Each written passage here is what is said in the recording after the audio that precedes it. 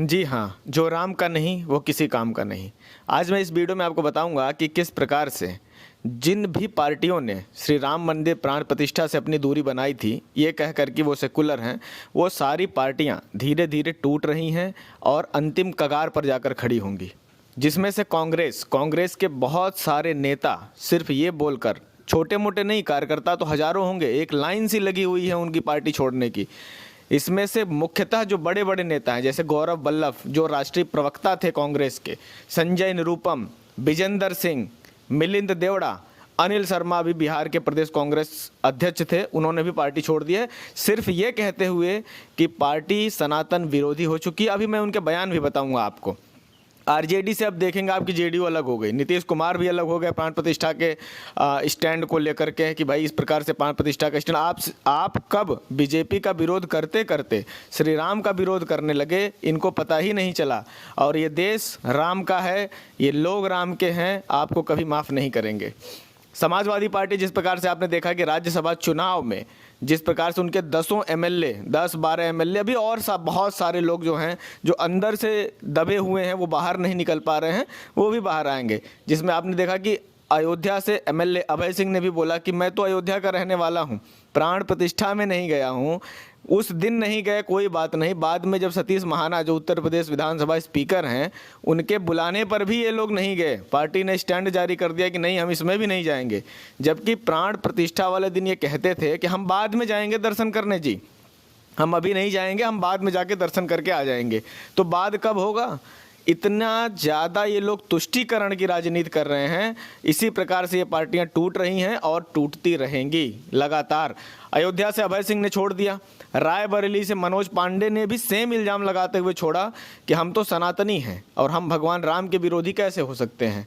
बसपा से एकमात्र सांसद जो रितेश पांडे, जो कि कभी उनकी पार्टी के लोकसभा में नेता हुआ करते थे, बहुजन समाजवादी पार्टी के नेता हुआ करते थे रितेश पांडे, उन्होंने भी पार्टी छोड़ दिया। रिसेंट की मैं बात करूं तो गौरव वल्लभ जी ने जो पार्टी छोड़ी है, उनका क्या स्टैंड था, वो उन्होंने क्या बोल के पार्टी छोड़ी है, मैं आपको बताता हूं। इसमें गौरव वल्लभ ने कहा कि अयोध्या में राम मंदिर प्राण प्रतिष्ठा को लेकर कांग्रेस पार्टी के स्टैंड से मैं क्षुब्ध था। मैं जन्म से हिंदू और कर्म से शिक्षक हूँ। पार्टी के इस स्टैंड ने मुझे हमेशा असहज किया, परेशान किया।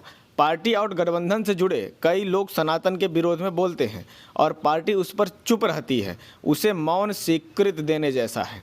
इन दिनों पार्टी गलत दिशा में बढ़ रही है। एक ओर हम जाति आधारित जनगणना की बात करते हैं, वहीं दूसरी ओर संपूर्ण हिंदू समाज के विरोधी नजर आ रहे हैं। यह कार्यशैली जनता के बीच पार्टी के एक खास धर्म विशेष के ही हिमायती होने का भ्रामक संदेश देती है। यह कांग्रेस के मूलभूत सिद्धांतों के भी खिलाफ है।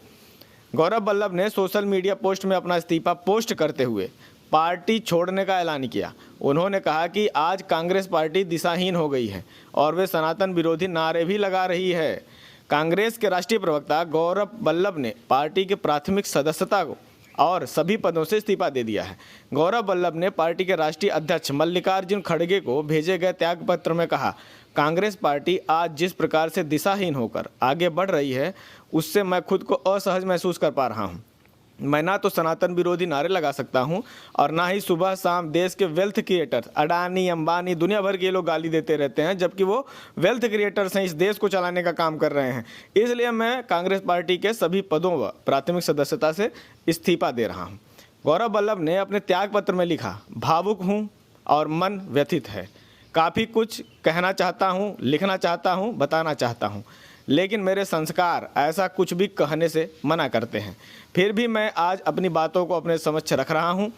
क्यों उन्हें लगता है कि सच को छुपाना भी अपराध है? ऐसे में मैं अपराध का भागी नहीं बनना चाहता।